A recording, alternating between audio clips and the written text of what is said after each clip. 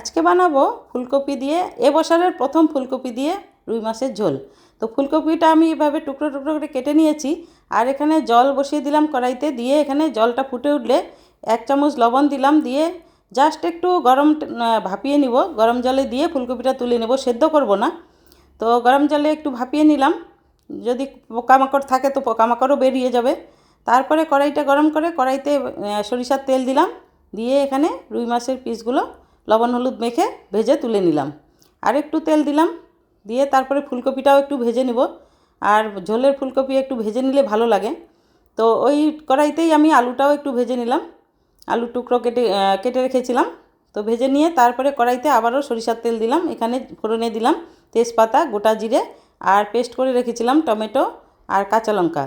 তো এটাও দিয়ে দিলাম, দিয়ে একটু আদা রসুন পেস্ট দিলাম। দেওয়ার পরে একটু জল দিয়ে ভালো করে মশলাটা কষতে হবে, যাতে মশলা থেকে তেল বেরিয়ে আসে। তো এখানে গুঁড়ো মশলার মধ্যে দিলাম একটু জিরে গুঁড়ো, একটু কাশ্মীরি লঙ্কা গুঁড়ো, একটু হলুদ গুঁড়ো, দিয়ে মশলাটা ভালোভাবে কষে নিয়ে আলু আর ফুলকপি, ভাজা আলু ফুলকপিটাও ঢেলে দিলাম। দিয়ে এখানে স্বাদ মতো লবণ দিলাম। লবণটা নিজের অনুযায়ী দিতে হবে, কেউ বেশি কম খাওয়ার এরকম। তো স্বাদ মতো লবণ দিয়ে এখানে আরেকটু আমি জল দিয়ে দিলাম। ভালোভাবে কষে নিয়ে জল দিতে হবে। তো কষে নিয়ে আমি জল দিয়ে দিলাম, ঝোলের জল, যাতে আলুটাও সেদ্ধ হয়ে যায়। আর ভাজাতেও তো 80% সেদ্ধ হয়েই গেছে ফুলকপি আলু।